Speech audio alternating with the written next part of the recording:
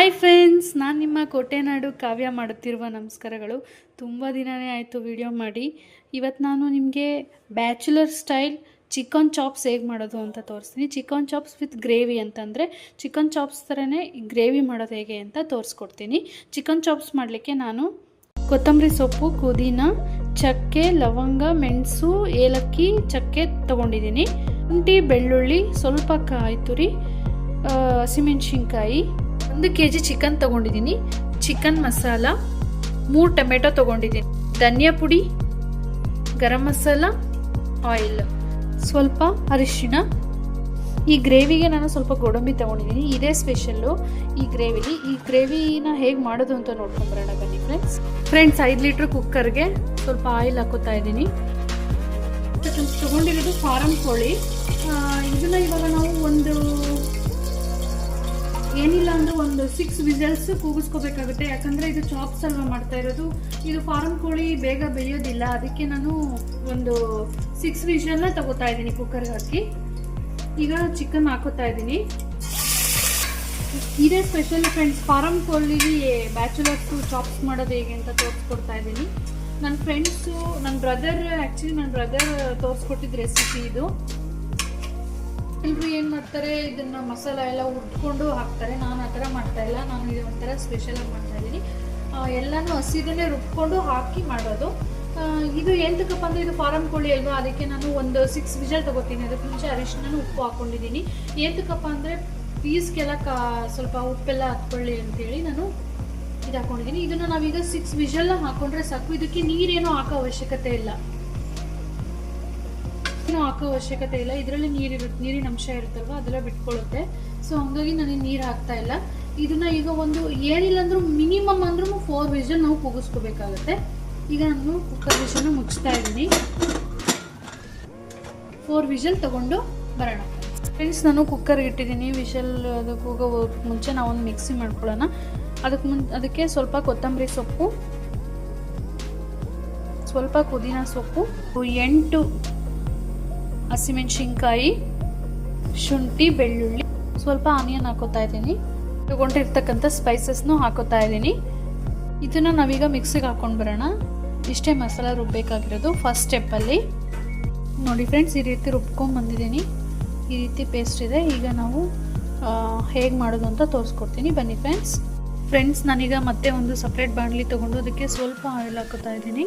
ಆಮೇಲೆ ಸ್ವಲ್ಪ ಈರುಳ್ಳಿ ಹಾಕೋತಾ ಇದ್ದೀನಿ. ಆನಿಯನ್ನು ಸ್ವಲ್ಪ ಕಲರ್ ಚೇಂಜ್ ಆಗೋವರೆಗೂ ಹುರ್ಕೋಬೇಕು. ನೋಡ್ತಾ ಇರ್ಬೋದು, ಈಗ ಆನಿಯನ್ದು ಸ್ವಲ್ಪ ಕಲರ್ ಚೇಂಜ್ ಆಗಿದೆ, ಅಂದರೆ ಸ್ವಲ್ಪ ಫ್ರೈ ಆಗಿದೆ. ಇದಕ್ಕೆ ನಾನೀಗ ಸ್ವಲ್ಪ ಸೀಳಿರ್ತಕ್ಕಂಥ ಹಸಿಮೆಣಸಿನ್ಕಾಯಿನ ಹಾಕೋತಾ ಇದ್ದೀನಿ.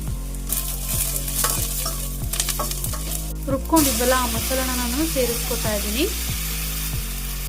ಈ ಮಸಾಲಕ್ಕೆ ಸ್ವಲ್ಪ ನೀರು ಆ್ಯಡ್ ಮಾಡಿಕೊಂಡೆ. ಇದು ಸ್ವಲ್ಪ ಹಸಿ ವಾಸನೆ ಹೋಗೋವರೆಗೂ ಸ್ವಲ್ಪ ಹುರ್ಕೋಬೇಕು. ಇದೇ ಜಾರ್ಗೆ ಸ್ವಲ್ಪ ಟೊಮೆಟೊನ ಹಾಕೋತಾ ಇದ್ದೀನಿ, ಪೇಸ್ಟ್ ಮಾಡ್ಕೋತಾ ಇದ್ದೀನಿ. ನಾನು ಸ್ವಲ್ಪ ಇದು ರುಬ್ಬಿನೇ ಹಾಕೋದು, ಚೆನ್ನಾಗಿರುತ್ತೆ ಟೇಸ್ಟು. ತೋರಿಸ್ತೀನಿ ಫ್ರೆಂಡ್ಸ್. ಇದನ್ನು ರುಬ್ಕೊಂಬರೋಣ ಈಗ. ನೋಡಿ ಫ್ರೆಂಡ್ಸ್, ಈ ರೀತಿ ಕಾಣ್ತಾ ಇದೆ. ಇದು ಆಲ್ರೆಡಿ 3/4 ಭಾಗ ಬೆಂದಿದೆ. ಈಗ ನಾನು ಒಗ್ಗರಣೆ ಹಾಕಿದ್ನಲ್ಲ ಮಸಾಲಾನ ಎಲ್ಲ, ಅದರಲ್ಲಿ ನಾವು ಇದನ್ನು ಮಿಕ್ಸ್ ಮಾಡ್ಕೋಬೇಕು. ತೋರಿಸ್ತೀನಿ ಫ್ರೆಂಡ್ಸ್ ಯಾವ ರೀತಿ ಹಾಕೋದು ಅಂತ. ನಾನು ಇದಕ್ಕೆ ಈಗ ಇದು ಚಿಕನ್ನ ಆ್ಯಡ್ ಮಾಡ್ಕೊತಾ ಇದ್ದೀನಿ. ಅದು ನೋಡಿ ನೀರೆಲ್ಲ ಹಂಗೆ ಇದೆ. ಸೊ ಆ ನೀರಿನ ಸಮೇತನ ನಾನು ಚಿಕನ್ನ ಆ್ಯಡ್ ಮಾಡ್ಕೋತಾ ಇದ್ದೀನಿ. ತುಂಬ ಚೆನ್ನಾಗಿರುತ್ತೆ, ಟೇಸ್ಟ್ ಮಾತ್ರ ಸೂಪರಾಗಿರುತ್ತೆ. ಚಿಕನ್ ಚಾಪ್ಸ್ ಅಂತಂದರೆ ತುಂಬ ಚೆನ್ನಾಗಿರುತ್ತೆ. ಅಂದರೆ ಚಿಕನ್ ಚಾಪ್ಸ್ ವಿತ್ ಗ್ರೇವಿ ಇದು ನಾನು ತೋರಿಸ್ತಾ ಇರೋದು. ಇದಕ್ಕೆ ಇನ್ನೂ ಆ್ಯಡ್ ಮಾಡ್ಕೋಬೇಕು ಟೊಮೆಟೊ ಪೇಸ್ಟು, ಸ್ವಲ್ಪ ಮಸಾಲ ಎಲ್ಲ ಆ್ಯಡ್ ಮಾಡ್ಕೋಬೇಕು. ಇದು ಇವಾಗ ಈ ಮಸಾಲ ಜೊತೆ ಪೀಸು ಸ್ವಲ್ಪ ಬೇಯಬೇಕು. ಇನ್ನೂ ತೋರಿಸ್ತೀನಿ ಯಾವ ರೀತಿ ಮಾಡೋದು ಅಂತಂದೇಳಿ ಫ್ರೆಂಡ್ಸ್. ಈಗ ನಾವು ಇದಕ್ಕೆ ಟೊಮೆಟೊ ಪೇಸ್ಟ್ನ ಮಿಕ್ಸ್ ಮಾಡ್ಕೊಳ್ಳೋಣ. ಈ ಗ್ರೇವಿ ನೋಡಲಿಕ್ಕೆ ಸ್ವಲ್ಪ ತೆಳ್ಳಗೆ ಕಾಣ್ತಾ ಇದೆ.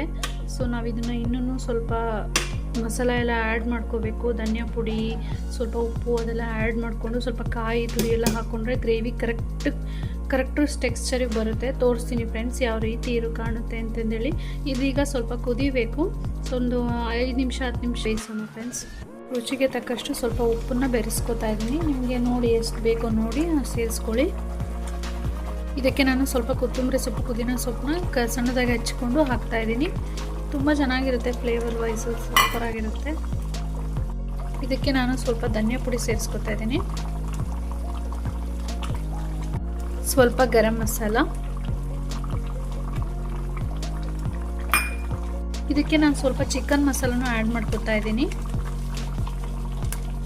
ಅದೇ ಜಾರಿಗೆ ನಾನು ಸ್ವಲ್ಪ ಕಾಯಿನೂ ಬಾದಾಮಿನೂ ಸ್ವಲ್ಪ ಹೊತ್ತು ನೆನೆ ಹಾಕ್ಕೊಂಡಿದ್ದೆ. ತುಂಬ ಚೆನ್ನಾಗಿರುತ್ತೆ. ಇದು ಪೇಸ್ಟ್ ಮಾಡಿಕೊಂಡು ಅದಕ್ಕೆ ಹಾಕಿದ್ರೆ ಕಂಪ್ಲೀಟ್ ಆಗುತ್ತೆ. ಇದನ್ನು ನಾವೀಗ ಮಿಕ್ಸಿಗೆ ಹಾಕೊಂಬರೋಣ. ಫ್ರೆಂಡ್ಸ್, ನಾನೀಗ ಇದಕ್ಕೆ ರುಬ್ಬಿರ್ತಕ್ಕಂಥ ಕಾಯಿನೂ ಗೋಡಂಬಿ ರುಬ್ಕೊಂಡಿದ್ದೆ, ಆ ಪೇಸ್ಟ್ನ ನಾನೀಗ ಸೇರಿಸ್ಕೊತಾ ಇದ್ದೀನಿ. ಇದರಿಂದನೇ ಟೇಸ್ಟು ಸೂಪರಾಗಿರುತ್ತೆ, ತುಂಬ ಚೆನ್ನಾಗಿರುತ್ತೆ, ಡಿಫ್ರೆಂಟಾಗಿರುತ್ತೆ ಟೇಸ್ಟು ಇದರಿಂದ. ನೋಡಿ ಕಲರ್ ಯಾವ ರೀತಿ ಚೇಂಜ್ ಆಯಿತು. ನಾನು ಹೇಳ್ತಾ ಇರಲಿಲ್ವಾ, ಗ್ರೇವಿ ಮೊದಲು ಯಾವ ಥರ ಇತ್ತು ಈಗ ಯಾವ ಥರ ಕಾಣ್ತಿದೆ ಅಂಥೇಳಿ. ಟೇಸ್ಟ್ ಅಂತೂ ಸೂಪರಾಗಿರುತ್ತೆ, ಟ್ರೈ ಮಾಡಿ. ಇದೀಗ ಆಲ್ಮೋಸ್ಟ್ ಫೈನಲ್ ಸ್ಟೇಜಲ್ಲಿದೆ. ಇದಕ್ಕೆ ಸ್ವಲ್ಪ ರುಚಿಗೆ ತಕ್ಕಷ್ಟು ಉಪ್ಪು, ಸ್ವಲ್ಪ ಕಸೂರಿ ಮೆಥಿ, ಸ್ವಲ್ಪ ನಿಮ್ಗೇನಾದರೂ ಬೇಕಿದ್ದರೆ ಆಪ್ಷನಲ್ ನಿಂಬೆಹಣ್ಣು ಸ್ವಲ್ಪ ಹಾಕ್ಕೊಂಡು ತಿರುಗಿಸಿ 2 ಮಿನಿಟ್ಸ್ ಬಿಟ್ಟು ಇದನ್ನು ಸರ್ವ್ ಮಾಡ್ತೀನಿ. ನೋಡಿ ಫ್ರೆಂಡ್ಸ್ ಯಾವ ರೀತಿ ಇರುತ್ತೆ ಅಂತ. ತುಂಬ ಚೆನ್ನಾಗಿರುತ್ತೆ, ಟ್ರೈ ಮಾಡಿ, ಕಮೆಂಟ್ ಮಾಡಿ.